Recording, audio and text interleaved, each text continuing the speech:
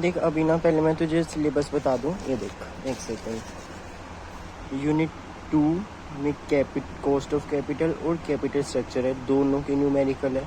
Unit 3 मैंने तुझे old methods करा दिए, एक ये अनसर्टेनिटी वाली अप्रोच रहेगी, ठीक है।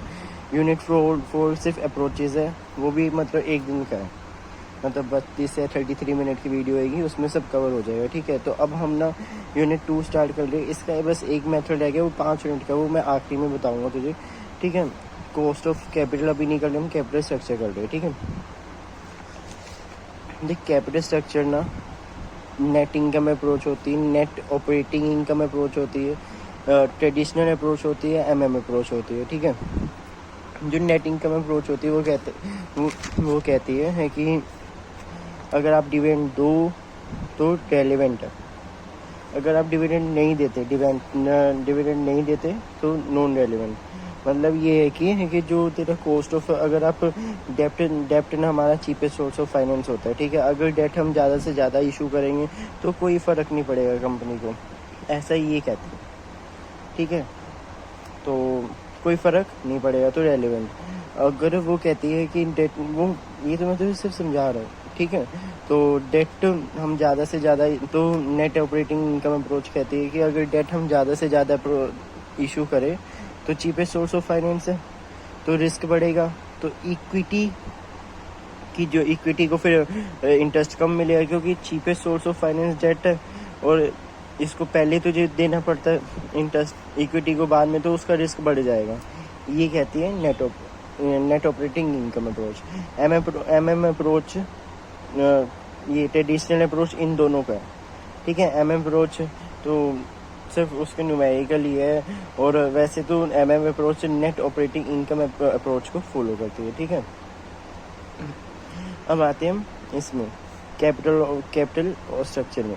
कैपिटल स्ट्रक्चर में value of firm, value of firm को वी कहते हैं, बस ये शॉर्ट फॉर्म याद रखिए। वैल्यू ऑफ फर्म को वी कहते हैं, कॉस्ट ऑफ द कैपिटल को K0 कहते हैं, कॉस्ट ऑफ कैपिटल को K0, वैल्यू ऑफ फर्म को वी, एस को इक्विटी कहते हैं, डी को डेप्ट कहते हैं, KD को कॉस्ट ऑफ डेप्ट कहते हैं, KE को कॉस्ट ऑफ इक्विटी कहते हैं, K0 को कॉस्ट ऑफ कैपिटल कहते हैं, ठीक है। बस ये सारी फुल फॉर्म याद रहेगी ना तो क्वेश्चन डन है, ठीक है। अब आते हैं हम नेट इनकम अप्रोच में। नेट इनकम अप्रोच में देख क्या, एक पहले हमने वो सीखा था ना कि EBIT में से नेट इनकम अप्रोच तेरा, जैसे अब मैं तुझे बताता हूँ, ये EBIT है, ठीक है। EBIT पहले हम एक आता था earning before interest and tax, ठीक है। इसमें से हम पहले क्या माइनस करते थे, इंटरेस्ट देन टैक्स, ठीक है, ऐसे करते थे ना। जो इंटरेस्ट माइनस करके जो आएगा उसको हम कहेंगे EAT, ठीक है। देख अभी ना हम पहले करेंगे नेट इनकम अप्रोच, ठीक है। नेट इनकम अप्रोच में हमें वी फाइंड करना पड़ता है, ठीक है। वी क्या था, वैल्यू ऑफ फर्म, एस से मतलब एस का मतलब था इक्विटी, ठीक है, और डेट का, डी का मतलब डेप्ट, ठीक है। K0 मतलब कॉस्ट ऑफ कैपिटल, ये यहाँ पे लिखा था, ये रहा K0 कॉस्ट ऑफ कैपिटल, ठीक है। K0 ढूंढेंगे, वी ढूंढेंगे, K0 ढूंढेंगे और KE ढूंढेंगे, ठीक है। EAT upon S, EBIT upon value of firm. EAT में तुझे बताऊंगा, EAT जैसे देख EAT क्या होता है, EAT मतलब EBIT माइनस इंटरेस्ट, वो निकलता है तेरा EAT, ठीक है। अभी हम नेट इनकम अप्रोच कर रहे हैं। नेट इनकम अप्रोच में KE ढूंढेंगे, वो वी ढूंढेंगे, K0 ढूंढेंगे, KE ढूंढेंगे, इन सब के ये फॉर्मूले याद कर ले बस, ठीक है। सारी चीज़ें गिवन होगी, बस तुझे EAT नहीं दे रखा होगा, वो हम ढूंढेंगे, ठीक है। अब हम शुरुआत करते हैं नेट इनकम अप्रोच से, ठीक है। क्वेश्चन पढ़ते हैं।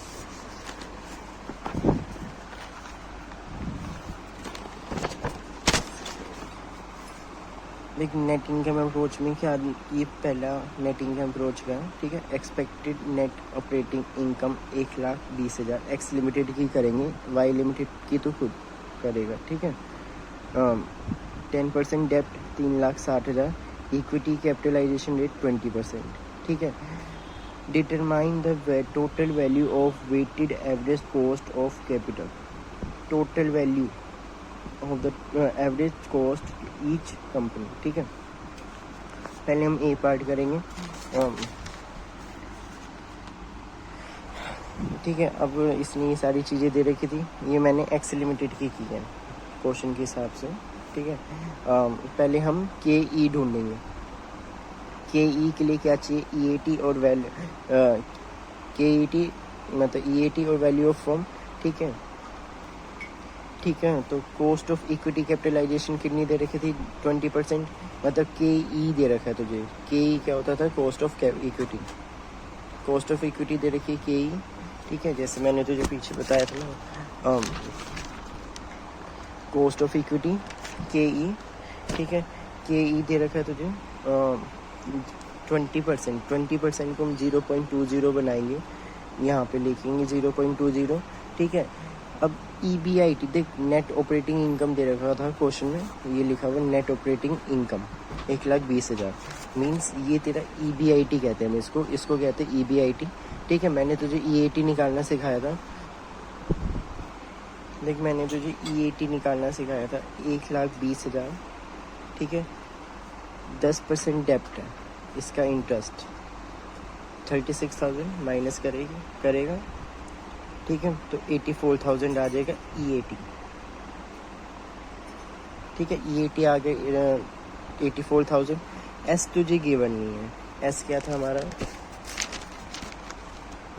इक्विटी, ठीक है। कॉस्ट ऑफ इक्विटी और इक्विटी दोनों अलग अलग है, तो ई ए टी दे रखा है और ये हमें के ई 0.20 दे रखा है, इसको हम इधर लाएंगे तो ये एस आ जाएगा 4,20,000, ठीक है। कुछ नहीं था, तुझे कॉस्ट ऑफ इक्विटी कैपिटलाइजेशन दे रखी थी, मतलब के ई दे रखा था।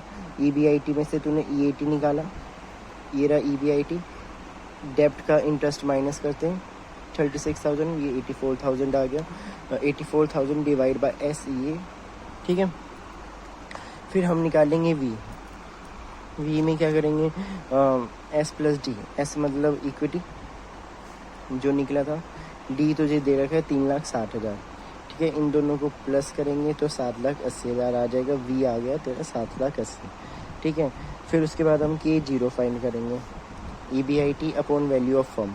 ई बी आई टी तुझे पता है 1,20,000 और ये वैल्यू ऑफ द फर्म 7,80,000 जो अभी निकले थे, बस ये निकाल के ये आंसर आ गया, ठीक है। तो अब ए पार्ट तो डन, के ई निकाल दिया हमने इसमें, के ई निकाल दिया, के जीरो निकाल दिया और वी भी निकाल दिया, ठीक है। ये तीनों चीज़ें निकालनी है हर क्वेश्चन में।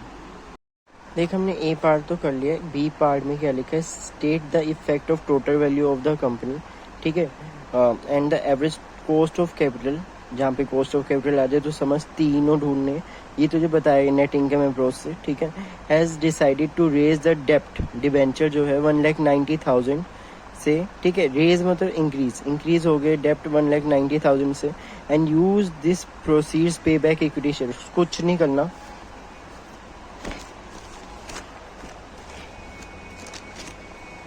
जो तेरे पहले जो डिबेंचर थे ना 3,60,000 थे, ठीक है। अब वो क्या हो जाएंगे, रेज हुए हैं 1,90,000 हो गए, ठीक है। 1,90,000 प्लस हुए तो 5,50,000 हो गया, ठीक है। अब हम फिर से सारी चीज़ें फाइंड करेंगे, ठीक है। अब हम फिर से के ई ढूंढेंगे, K E at upon value of, इसमें क्या ई ए टी चेंज होएगा क्योंकि डिबेंचर में इंटरेस्ट कितना लगेगा, 5,50,000 के ऊपर, 5,50,000 के ऊपर इंटरेस्ट लगेगा, क्योंकि अब इस ये नहीं लेंगे, अब हम ये लेंगे, ठीक है।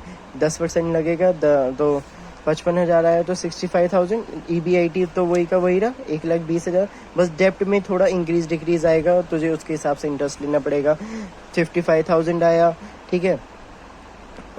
ई ए टी 65,000 है, ठीक है। 65,000 इधर, और के ई तेरा 0.20 था, कुछ चेंज नहीं हुआ, बस इसमें डेप्ट में हमने इंक्रीज किया और इंटरेस्ट नया आया तो ई ए टी भी नया आएगा, ठीक है। फिर एस निकालेंगे, डी क्या लेंगे 5,50,000 वी में, ठीक है। वही सेम फॉर्मूले चल रहे, के जीरो EBIT अपॉन वी, ठीक है। एक वी हमारा निकला 1,75,000, 1,75,000 को इधर डाला, EBIT हमें पता है 1,20,000 है, बस ठीक है। ये निकल गया आंसर। कुछ नहीं किया था, बस इसमें डेप्ट इंक्रीज हुआ था तो उसका नया इंटरेस्ट निकला, EAT भी नया निकला, ठीक है। अब आते हैं हम इसके थर्ड पार्ट में,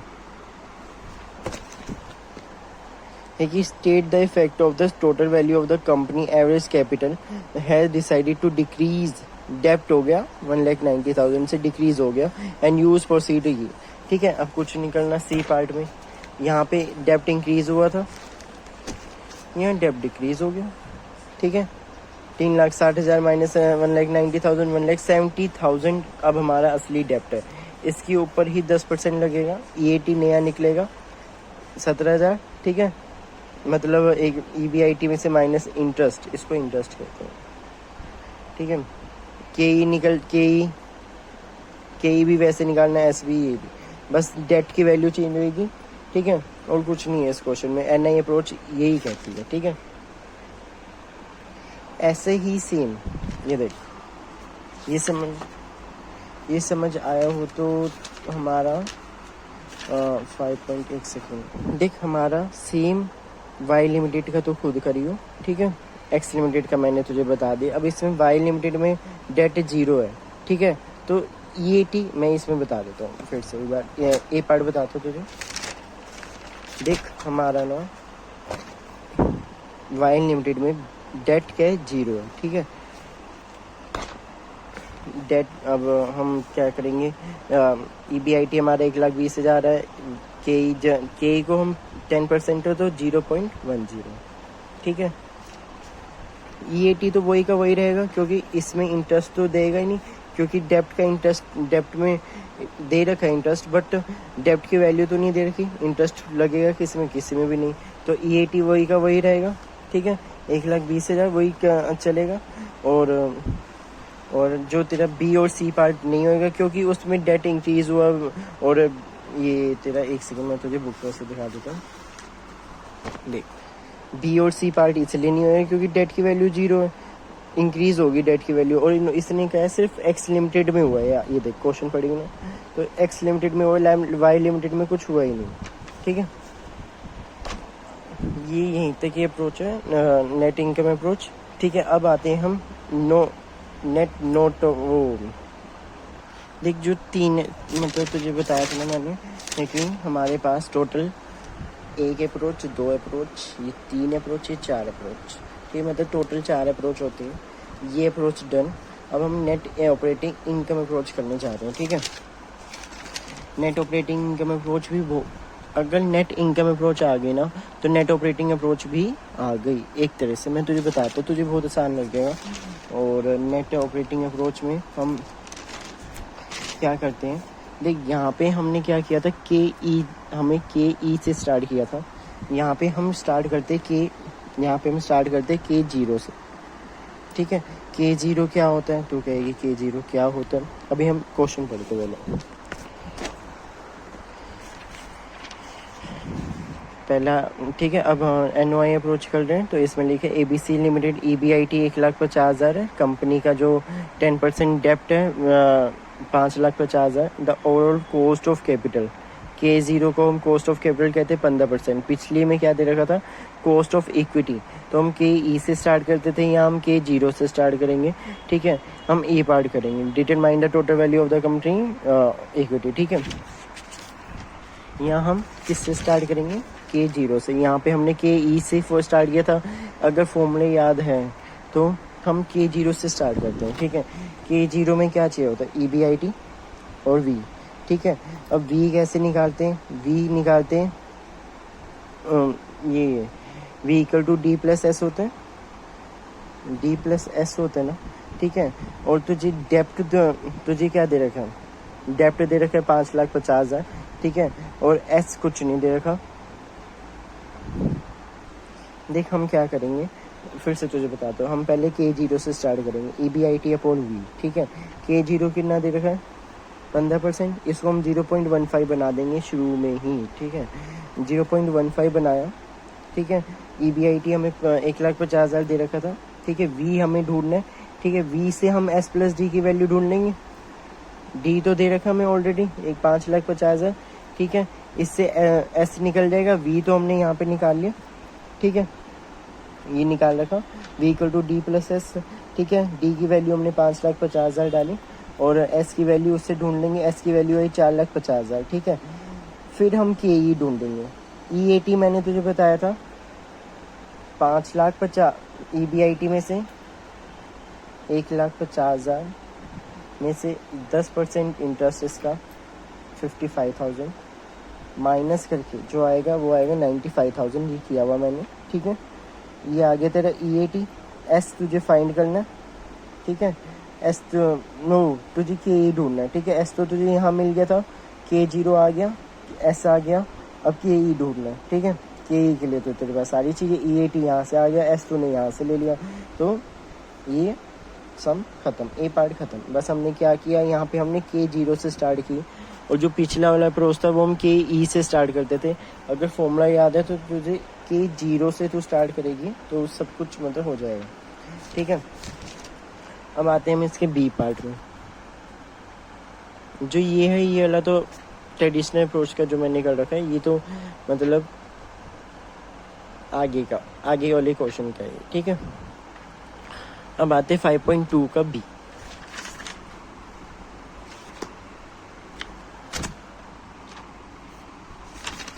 देख 5.2 का बी में हम कहते हैं determine the weighted average cost capital, ठीक है।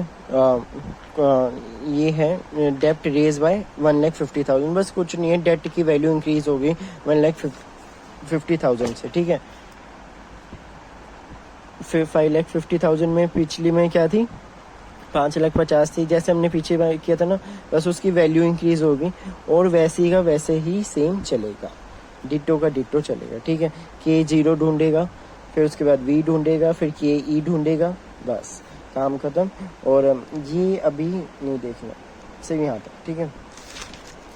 C पार्ट इसका, एक सेकेंड, देख C पार्ट में डेट डिक्रीज हो गया, इसमें डेट इंक्रीज हो गया, बस EAT में फ़र्क पड़ेगा और इंटरेस्ट में फ़र्क पड़ेगा, ठीक है। जो हमने पीछे किया था सब वैसे का वैसे चलेगा, ठीक है। जहाँ समझ में आया वो मुझे बता दी हूँ, वैसे तो आ जाना चाहिए क्योंकि देख नहीं आएगा मैं बता दूँगा और बता दूँ मुझे, ठीक है। अब आते हैं, ये वाली अप्रोच हो गई ख़त्म। अब आते हैं दो ट्रेडिशनल अप्रोच में, ठीक है। देख अब हम ट्रेडिशनल अप्रोच का क्वेश्चन करने जा रहे हैं। ट्रेडिशनल अप्रोच कुछ नहीं है, ट्रेडिशनल अप्रोच क्या कहती थी, हम दोनों को मानते हैं, NOI को भी और दोनों को, ठीक है। जो हमने जो पीछे दो अप्रोच की उन दोनों को मानते हैं, ठीक है। तो अब उन दोनों को मानते हैं तो अब ये ना वेरीफाई करना होगा, बस इसमें एक फॉर्मूला नया आएगा, ये वाला KE, S का मतलब तुझे पता है, V का मतलब तुझे पता है, KD का मतलब पता है, ठीक है। और KD का मतलब क्या होता है, जो तेरा इंटरेस्ट होता है ना उसका डिवेंचर का, कॉस्ट ऑफ डिवेंचर, ठीक है, 0.10। अभी मैं तुझे बताऊंगा क्वेश्चन, ठीक है। बस ये है नया फॉर्मूला फॉर ट्रेडिशनल मेथड, पर ये है सेकंड स्टेप, ठीक है। जो फर्स्ट स्टेप थे पहले, तो ये सेकंड स्टेप का नया फॉर्मूला नोट कर ले, ठीक है। ये आता है वेरीफाई करने के लिए काम, ये करना ही करना है। ट्रेडिशनल अप्रोच कहती है कि मुझे वेरीफाई करके दिखाओ, ठीक है। तो अब हम क्वेश्चन में आते हैं। क्वेश्चन कहते हैं, देख पहले मैंने 5.1 कराया, 5.2, अब ये 5.3, ठीक है। 5.3 में कहता है डिटरमाइन, ये पहले तुझे ये दे देंगे एक्स लिमिटेड और वाई लिमिटेड की, तुझे मैं एक्स लिमिटेड की करूँगा तो वाई लिमिटेड की करेगी, ठीक है। Determine the value and the weighted average cost of company, ठीक है। अब तुझे यहाँ पे क्या दे रखा है, नेट EBIT दे रखा है, डेट दे रखा है और इक्विटी कैपिटलाइजेशन रेट दे रखा है, मतलब इक्विटी कॉस्ट ऑफ इक्विटी दे रखा है, KE दे रखा है इसमें तुझे, ठीक है। तो 20% है तो 0.20 हो गया, ठीक है। अब तुझे यहाँ पे KE दे रखा है, मतलब KE से स्टार्ट करना है, ठीक है। KE से EAT कितना था, हम EAT निकालेंगे EBIT से 1,20,000 में से 10%, 3,60,000, 10% 36,000 तो 84,000 EAT आ गया, ठीक है। EAT 84,000 आ गया। S की वैल्यू निकल जाएगी क्योंकि KE 0.20 दे रखा था, ठीक है। इसको हम पहले ही बना देंगे 0.20, ठीक है। क्या इससे हम 0.2, फिर उसके बाद हम S की वैल्यू ढूंढ लेंगे। देख S तेरा यहाँ पे आ गया 40K। फिर V ढूंढेंगे जैसे हमने पहले वाले अप्रोच में किया था, ये वही सेम चल रहा है। फिर K0 ढूंढेंगे, ठीक है। K0 ढूंढने के बाद जो तेरा K0 आएगा ना, जो K0 आएगा, K0 इक्वल टू वेरीफाई, जो भी आएगा मतलब K0 जैसे 0.15 आएगा। जो अब तू सेकंड स्टेप करेगी ना, ये इसमें भी आंसर 0.153 आया था, कोई नहीं 0.15 तो आ रहा है ना, बस ये आंसर निकलना चाहिए। KE मैं तुझे बता देता हूँ, देख KE तेरा 0.20 दे रखा था पहले से, ये रहा KE 0.20, तो हमने यहाँ पे पुट कर दिया 0.20, ठीक है। S की वैल्यू हमने निकाली थी 4,20,000, ये निकली हुई, ठीक है। और यहाँ पे V की वैल्यू 7,80,000, तो 7,80,000 हमने ये निकाली थी, ये सब फॉर्मूले से, ठीक है। और सब वैल्यू पुट करनी है, प्लस 0.10 ये है डेट का इंटरेस्ट, ये रहा। KD मतलब ये होता है KD, ठीक है। 0.10, ठीक है। 3,60,000। D का मतलब डेप्ट मतलब डिबेंचर 3,60,000। और V का मतलब तूने निकाली थी 7,80,000, यहाँ पे V निकाला था, ये रहा देख V, ये रहा तूने निकाला था, ठीक है। तो ये तेरा जो भी कैलकुलेशन करके आएगा वो 0.15 आएगा, ठीक है। अब आते हैं हम इसके B पार्ट में। A पार्ट समझ आ गया, B पार्ट देख। B पार्ट में हमें ना कुछ नहीं करना, सब कुछ सेम चलना। अगर तुझे A पार्ट समझ आ गया तो हम B पार्ट में आते। पहले देख, state the effect on total value of the weighted average cost of capital X limited decided to raise डेप्ट। ये तो हम पीछे भी करते जा रहे थे। 80,000 प्लस कर देंगे डिवेंचर में, ठीक है। EAT नया निकलेगा, इंटरेस्ट नया निकलेगा। अब इसने क्या किया, due to increase in financial KD would rise to 11% and KE to 21%, ठीक है। अब कुछ नहीं है, जो तेरा डिबेंचर का इंटरेस्ट है मतलब KD, वो हो गया 11%, ठीक है। अब तू 11% इंटरेस्ट निकालेगी। जैसे एक सेकेंड, जैसे ये लिखा है ना, KD वुड रेज टू 11%, तो पहले कितना था, 10% था। तो अब इसको हम यहाँ पे 11 लिख देंगे, तो 11 के ऊपर इंटरेस्ट निकलेगा, ठीक है। 11% निकलेगा और KE 21% हो गया। और पहले KE कितना था, 20%। अब इसको 21 बना देंगे, बस ये चेंज आएगा और कुछ चेंज नहीं आएगा। और इसमें क्या हुआ है, due to increase financial KD 12% हो गया, 22% हो गया, और डेप्ट डिक्रीज हो गया, बस और कुछ नहीं है। ये देख सेम इसी फॉर्मूले से चलेगा, ठीक है। सब कुछ इसमें चलेगा। फिर उसके बाद हम ये वाला फॉर्मूला लगाएंगे, बस काम खत्म, ठीक है। और रही MM अप्रोच मैंने ना अभी इतनी की हुई है, पर ये अभी ना समझी नहीं हुई। तेरी मतलब 3 अप्रोच ख़त्म होगी। NOI की 2 है और एक ट्रेडिशनल अप्रोच, बस, ठीक है। और कौन सा, बस, ठीक है। यूनिट ये done, cost of capital done, वो कैपिटल स्ट्रक्चर डन, ठीक है। इसका ओल्ड मेथड्स डन, ये अभी मैं तुझे बता रहा हूँ इसका, ये 2 डन, ठीक है।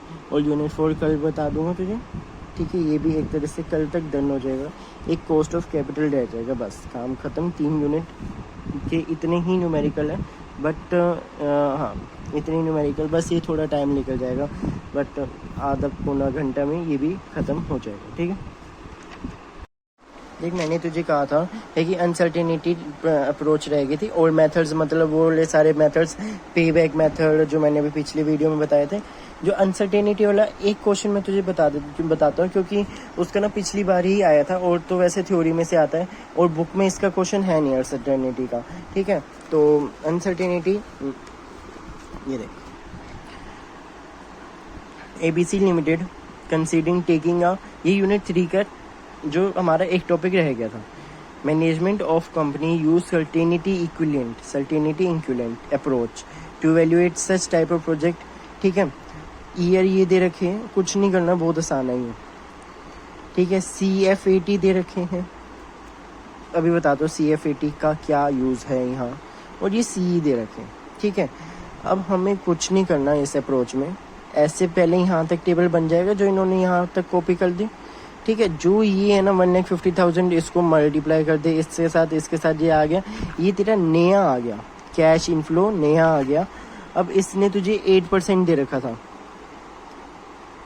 8% कहाँ पे गया, ये देख, project requires initial investment of 3 lakh, the company is capital 12% and risk free borrowing is 8%। ठीक है, 12%, एक सेकेंड, एक थोड़ा मुझे डाउट आ गया था इसलिए मैं ना बीच में वीडियो रुकी। देखो, सर्टेनिटी इक्विटी कहते हैं इसको। ठीक है, ये तुझे देंगे, तुझे इसके साथ जो मल्टीप्लाई करना है, देन जो ये 0.926 कहाँ से आया जो हमने निकाला नहीं था, ये तेरा 8 जैसा भी 8% दे रखा है, तो हमने 0.8 बन गया था। ठीक है, फिर 1 प्लस किया था 0.8 में, फिर 1 डिवाइड बाई 0.8, फिर इक्वल टू दबाया था, इक्वल टू ये सब वहाँ से आया। ठीक है, जो ये इससे मल्टीप्लाई करके आएगा, फिर तूने इसको इससे मल्टीप्लाई करना। ठीक है, ये टोटल तेरा कैश इनफ्लो निकल जाएगा। फिर इसका फॉर्मूला तेरा जो NPV वाला मेथड था ना, cash outflow minus cash inflow, ये इसमें से ये माइनस करेगा तो ये आ जाएगा। बस सर्टेनिटी इक्विलिटी में यही होता है कि तुझे पहले ये तुझे 2 चीज़ें दे रखी हुई, तुझे इसको मल्टीप्लाई करना पड़ेगा, ये आगे मल्टीप्लाई करके देन तुझे 8% का तुझे NPV निकालना पड़ेगा। ठीक है, और NPV वाले मेथड से करना है, तो बस काम खत्म। यही है तेरा सर्टेनिटी इक्विटी। और अब यूनिट 3 डन, यूनिट 2 का एक टॉपिक रह गया, और यूनिट 4 मैं कल तक दे दूँगा। ठीक है, कुछ ना समझ आए तो बता दो मुझे।